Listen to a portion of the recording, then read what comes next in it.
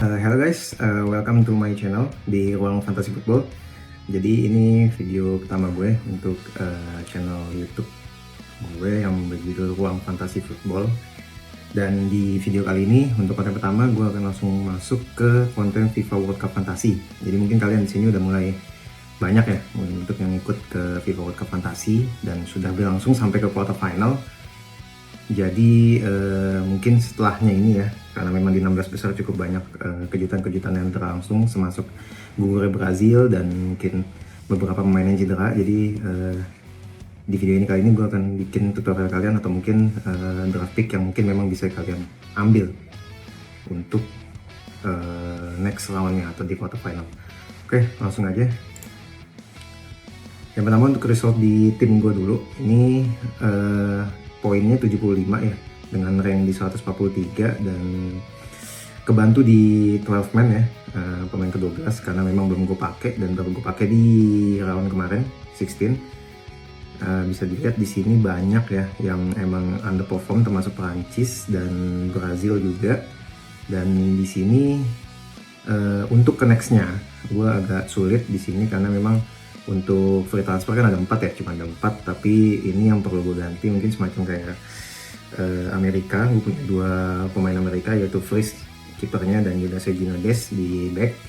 Sementara untuk midfielder gue ada Vini Junior yang memang harus gue ganti juga karena udah tersingkir. Lalu juga ada Saibari dan Manzambi ini khusus karena memang dia cedera ya. Gue nggak tahu perkembangannya seperti apa, tapi gue yakin kalau misalnya dari cedera mereka nggak mungkin untuk dimainkan secara langsung atau menit full di round of 16 nanti, atau di quarter final nanti, kayak gitu. Dan oke, langsung masuk aja ke pembahasan. Pertama untuk quarter final gue kasih unjuk dulu untuk bracketnya di sini sebelah kiri. Ini sumbernya dari The Athletic ya untuk gambarnya. Nah, untuk bisa kalian lihat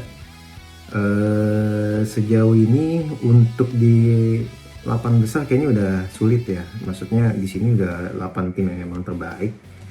Dan kalau misalnya kalian ngincer match, gue rasa nggak perlu ya. Karena memang cukup sengit dan bersaing untuk 8 besar kali ini. Tapi di sini dilansir dari fljo.com, kalian bisa lihat untuk projected goal dan clean sheet persennya ini bisa dilihat. Sebenarnya dari projected goal ini masih diungguli oleh Spanyol ya, karena dia akan menghadapi oleh Belgia dengan 2,06, disusul Perancis yang memang akan harus melawan Maroko yang kita tahu lah untuk pertahanannya cukup kuat, dan Inggris dan seterusnya. Sementara untuk clean sheet ternyata Argentina yang kemarin ya udah kebobolan 2 gol di 16 besar dan 32 besar, ternyata untuk persen clean sheetnya menghadapi Swiss cukup tinggi, dan Perancis, dan disusul juga oleh Spanyol seperti itu. Dari projected goal dan clean sheet inilah yang akan kita pakai untuk menyusun pemain yang akan kita pick di quarter final. Tapi sebelumnya juga kita harus make sure lagi kalau misalnya di quarter final ini, kecuali kalian pakai wildcard, itu hanya 4 free transfer dan kita harus maksimalkan, termasuk dengan mengganti pemain-pemain yang emang udah gugur, negaranya udah gugur dan harus kita ganti, atau mungkin yang cedera seperti itu. Kayak tadi gue bilang, gue cuma ada 4 free transfer, tapi ada 5 pemain yang harus gue ganti, dan ya mungkin akan gue ambil untuk minus 3 pos untuk quarter final. Lanjut, di sini yang pertama adalah goalkeeper ya. Pemilihan goalkeeper dari gue sendiri berdasarkan dari persen clean sheet yang tadi, dan kita bandingkan head to head untuk pemain yang akan saling berlawanan. Kayak di sini gue lihat Unai Simon dan Courtois itu dari Spanyol yang akan bertemu dengan Belgia di quarter final. Nah, di sini dari segi presentasi sebenarnya untuk Unai Simon yang jauh lebih tinggi ya. Kita ingat Spanyol juga masih salah satu-satunya untuk negara di klub di World Cup kali ini yang masih clean sheet.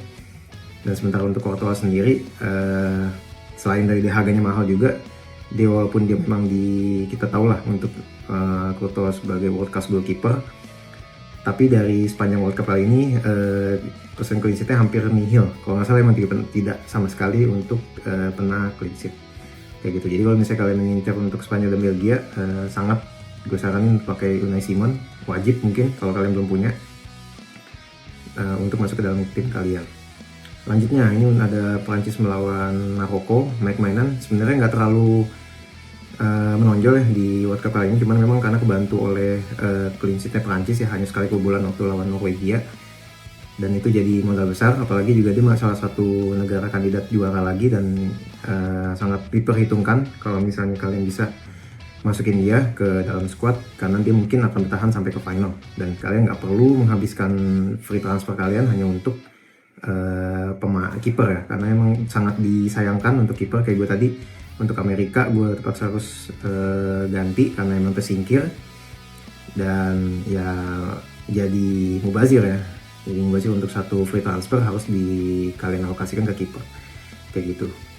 Dan untuk lawannya sendiri Bono, ini sebenarnya dia tampil gemilang, save-nya banyak banget dan nggak terlalu banyak untuk kebobolannya. Tapi kita bisa tahu ya untuk Maroko sendiri dengan chance dia untuk maju ke selanjutnya, ditambah dia harus melawan Prancis, gue rasa ini bukan salah satu pilihan yang bijak untuk Bono, seperti itu. Lalu untuk match Norwegia versus Inggris, nah ini dua-duanya sebenarnya kiper yang biasa ya untuk di World Cup ini, khususnya terutama Milan, walaupun kemarin dia di Brazil sempat nepis penaltinya Bruno Guimaraes, tapi ya hanya itu aja, nggak terlalu spesial untuk Milan.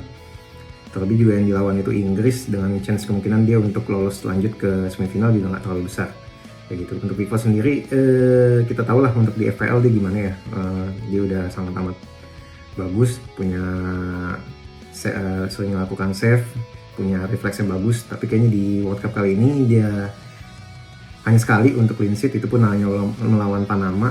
Jadi sebenarnya nggak terlalu dari favorit untuk Pickford dijadikan kiper. Lalu ada Martinez dan Kobel. Nah, Martinez ini catatannya itu di dua laga terakhir lawan Cape Verde dan lawan Mesir, itu kelihatan banget kalau misalnya di Argentina ini punya masalah di counter attack. Jadi hampir dia nggak pernah melakukan save karena emang Argentina memainkan offensive football. Sekalinya dia berhadapan dengan lawan itu langsung gol. Nah, ini jadi catatan besar untuk Martinez. Cuma kalau misalnya kalian mengincar untuk yang lolos sampai ke final, ini Martinez sebenarnya salah satu unggulan. Karena apa? Karena dia masuk ke Argentina ya. Tim Argentina memang jadi unggulan untuk masuk ke World Cup final, seperti itu. Lalu untuk Kobel ini di Swiss, lagi-lagi seperti Bono, walaupun dia punya kemampuan yang gemilang, tapi dia bukan negara andalan, jadi chance-nya itu lebih sedikit lah dibandingkan dengan Martinez kayak gitu.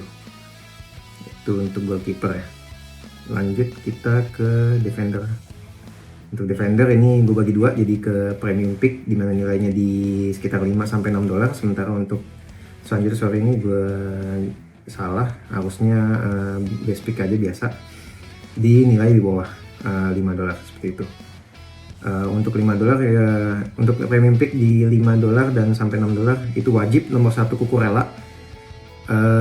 Ya kalian tahu lah, untuk Spanyol sendiri masih satu-satunya tim yang masih clean sheet.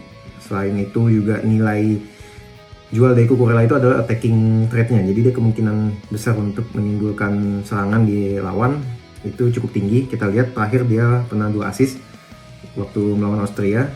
Dan juga memang dia untuk skema Spanyol ini dia untuk defender wing, left wing dan right wing itu juga cukup dimanfaatkan untuk serangan Spanyol, dan nilainya juga cuma 5,1 dan itu sangat worth it.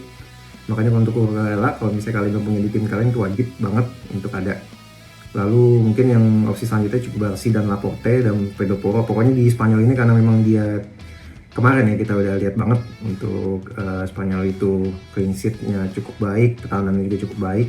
Event itu dia ngelawan untuk beberapa negara yang cukup kuat. Makanya dari premium pick dengan nilai 5-6 itu wajib mungkin kalian ambil 2 atau salah satu saja dari Spanyol.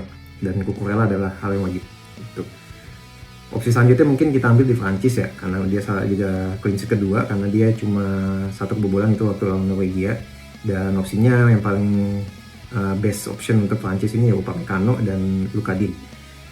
Untuk Lucadin sebenarnya dia lebih baik karena emang nilainya lebih murah ya dibandingkan Upamecano, tapi baik lagi Lucadin ini dia punya trade di menit bermain karena dia sering dirotasi sebelum 90 menit. Sementara Upamecano itu dia lebih stabil untuk nilai menit bermainnya seperti itu. Atau opsinya juga bisa di Jules Koundé, tapi dia nggak terlalu punya attacking trade, makanya gue masukin ke opsi yang agak belakang seperti itu. Dan ini ada Hakimi di dia memang attackingnya sangat bagus, punya presentasi untuk bahkan gol ya, assist dan gol itu juga cukup tinggi. Tapi baik lagi, pertama nilai dia juga 6, yang kedua negaranya Maroko, dan kita tahu yang akan dihadapi Perancis, jadi agak sulit untuk kemungkinan dia masuk ke babak selanjutnya. Baik lagi, kalau misalnya kalian udah punya Hakimi, nggak apa-apa kalau misalnya untuk di stay, nggak perlu untuk buang free transfer buat ngebuang dia. Tapi kalau misalnya kalian nggak punya, nggak perlu repot-repot untuk beli pemain defender yang nilainya paling tinggi, itu Hakimi. Bisa ke opsi yang lain. Untuk opsi selanjutnya, opsi yang kedua ini ya. Opsi yang kedua ini ya nilainya di bawah 5, dan ini pasti bagus untuk budgeting kalian. Yang nomor satu ini Martinez, Lisandro Martinez dari Argentina. Terlepas dari memang jeleknya defender dari pertahanan Argentina yang kebobolan 4 gol di quarter final dan 32 besar, tapi Martinez ini memiliki keunggulan di attacking trade. Jadi ternyata di skemanya Scaloni di musim ini, di World Cup kali ini, ternyata Martinez lebih didorong untuk maju dan membantu penyerangan dan crossing bola seperti itu. Jadi ya kalau gue rasa sih Martinez ini sangat layak ya, dengan nilai cuman $4,6, dan kemungkinan besar juga dia masuk ke final bareng Argentina.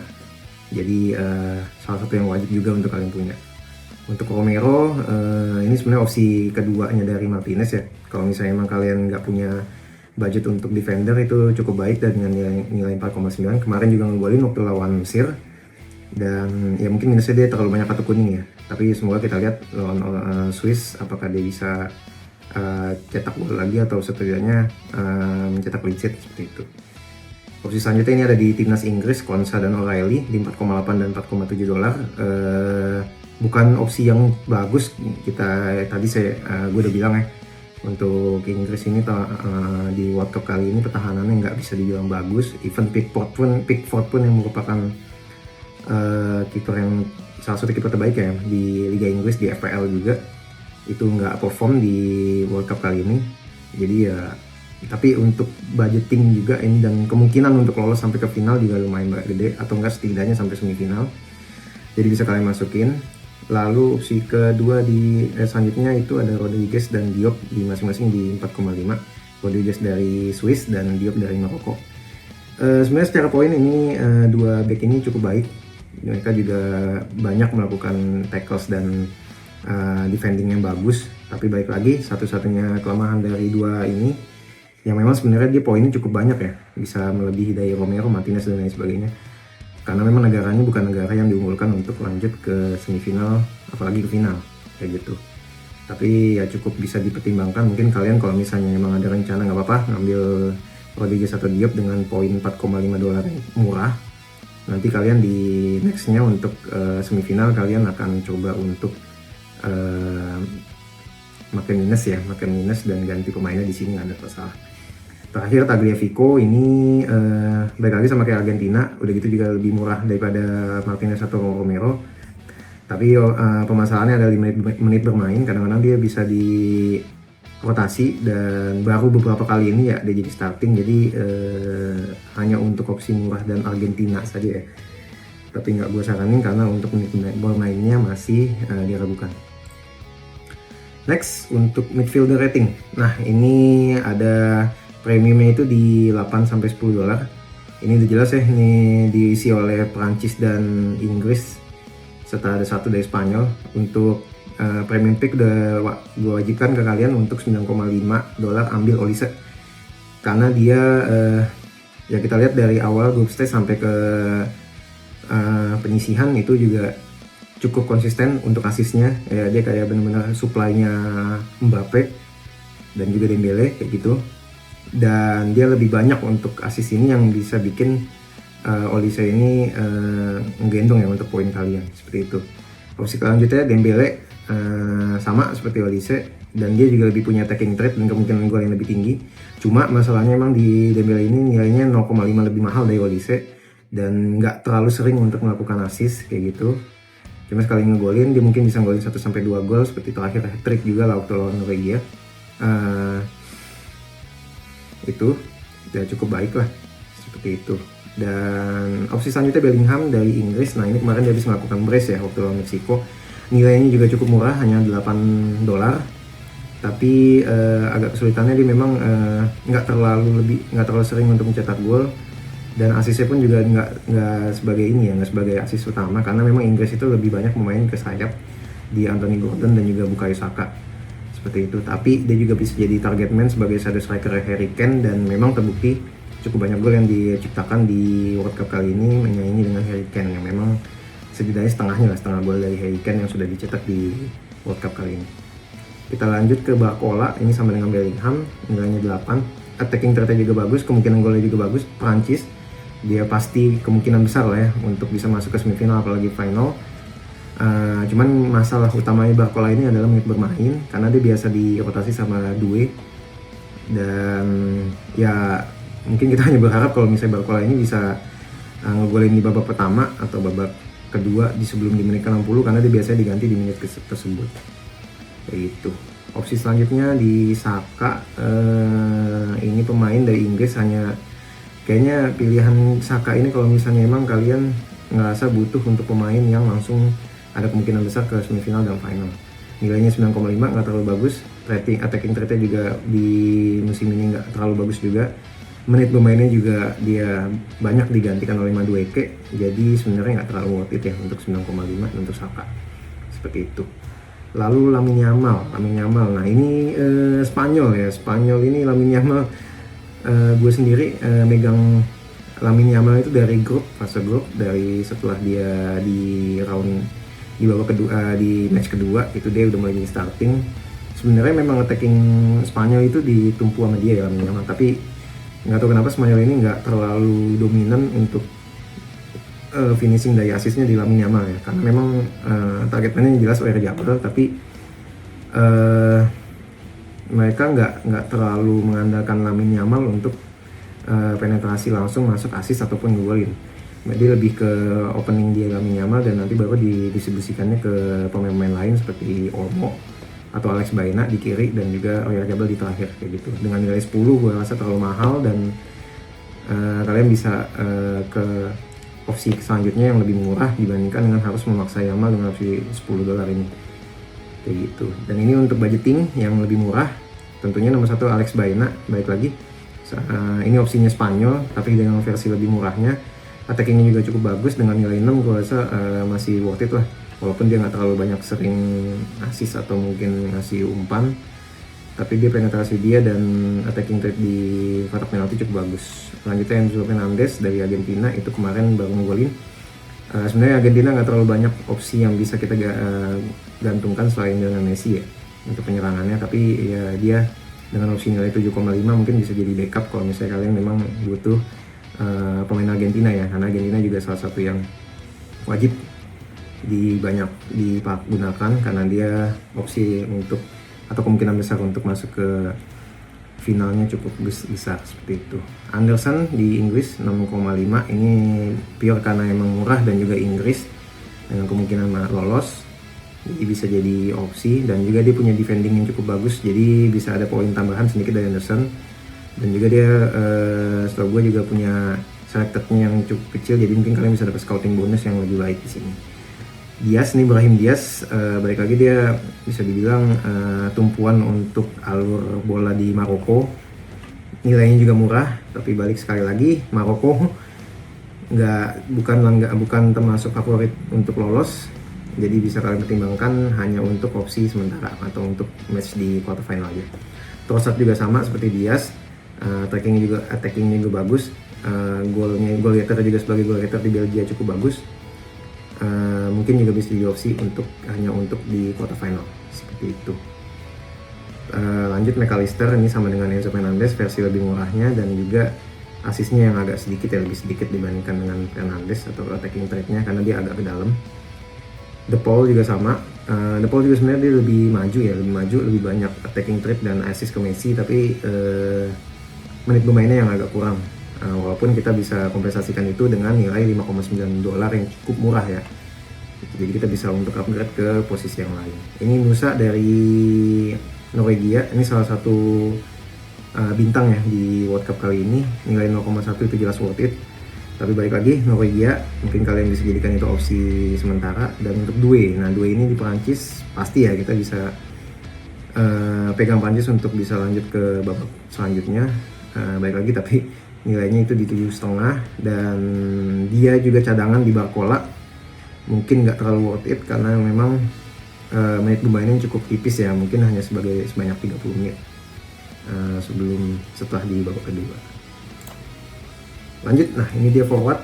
Untuk forward alias striker kita banyak opsi lain, tapi dari gue hanya untuk fokus ke 4 ini aja, karena forward juga kan hanya punya stok di 3 ya, hanya punya batasan 3, dan 4 ini aja udah cukup dan wajib punya di antara 4 ini untuk 3 diambil dari sini kayak gitu. Cukup membingungkan karena memang 4-4 ini benar-benar lagi bagus, top scorer juga di World Cup kali ini. Tapi coba kita ulik untuk mana yang 3 pemain yang bisa kita ambil dari 4 ini, seperti itu. Yang pertama untuk Mbappe, itu udah wajib menurut gue dari segi kesempatan lolosnya yang lebih besar di Prancis, dan juga dia ditepung gelandang yang kreatif ya. Kita tahu ada Olise, Barcola, Dembele juga itu benar-benar targetin mainnya ke Mbappe. Jadi dia wajib lah, dan juga masuk kapten yang wajib kalian gunakan di World Cup kali ini, di quarter final kali ini. Lalu untuk Haaland, ini luar biasa ya Haaland di World Cup kali ini, target main tunggal. Jadi udah pasti ya kemungkinan besar gol Norwegia itu adanya di dia. Cuma ya satu-satunya kesulitan di Haaland itu ya dari segi Norwegia ya, agak sulit apalagi harus ketemu Inggris di quarter final. Lalu Messi di sini juga dia sebagai target man tunggal Argentina karena golnya kayaknya 90% untuk ke Messi. Kesempatan lolos juga besar sampai ke final, dan dia opsi termurah. Dari 3 ini nilainya 10,5, dan untuk Messi sendiri cuma 10. Lumayan 0,5 kompensasinya dengan nilai dia yang segitu. Menit bermainnya juga ternyata terjaga sampai 90 menit. Jadi sangat worth it untuk Messi dijadikan pilihan. Lalu ada Harry Kane, ini sebenarnya nggak target main tunggal karena dia lebih banyak berbagi bola dan target ke Bellingham. Tapi kesempatan lolos di Inggris memang lebih besar dibandingkan Norwegia atau di Haaland. Ini juga bisa jadi opsi ya, kayak gitu. Sebenarnya dari gue sendiri, karena emang harus milih 3 dari 4 ini, gue lebih milih untuk Mbappe, Haaland, dan juga Messi. Kenapa? Karena kalau misalnya Haaland, walaupun kita ada kemungkinan gugur ya untuk Norwegia, kita pasang Haaland untuk Norwegia, tapi ya itu juga cukup worth it karena kita bisa lihat terakhir dia main di Brazil sangat bagus, di sebelumnya juga sangat bagus. Worth it lah untuk kita ambil risiko, dan sekalipun kalau misalnya gagal Haaland nggak lolos, kita juga bisa ganti. Dan kenapa gue ngambil Harry Kane? Karena bisa jadi opsi kita ambil yang lebih murah untuk Bellingham di gelandang, jadi nggak perlu pakai Bellingham dan Kane di satu line up, kita bisa cover itu ke Haaland, seperti itu. Oke, terakhir dari final draft gue. Jadi karena emang tadi gue harus ganti kiper, dan gue pasti pilih Unai Simon yang jelas-jelas clean sheet terbaik. Lalu juga gue ganti dari Sergio Des ya, Sergio Des gue ganti ke Romero karena gue nggak punya opsi yang lebih bagus, dan gue pilih dia karena menggunakan Argentina yang kemungkinan bisa masuk ke final. Semoga, karena kalau misalnya enggak, ini akan jadi malapetaka gue di semifinal karena pasti akan banyak yang harus gue ganti, seperti itu. Lalu untuk 2 yang cedera, Mazambi dan juga Saibari, itu gue ganti dengan Alex Baena. Ini opsi Spanyol, cukup bagus tapi lebih murah, dan McAllister juga untuk opsi Argentina lebih murah. Terakhir tadi udah gue bilang, gue akan ambil 3 ini itu untuk Haaland, Mbappe, dan juga Messi, kayak gitu. Oke, itu video pertama gue. Sorry kalau misalnya memang masih jelek dari segi penjelasan gue karena memang baru. Gue harap kalian bisa bantu dengan subscribe dan like untuk video kali ini. Kedepannya gue akan terus untuk upload Fantasy Football, termasuk sampai ke akhir ya untuk Fantasy Football FIFA World Cup. Dan nanti kalau misalnya udah mulai FPL dan juga UCL Fantasy, gue akan coba untuk upload juga untuk kalian semua. Sekali lagi gue ucapkan terima kasih. Sampai berjumpa di video berikutnya.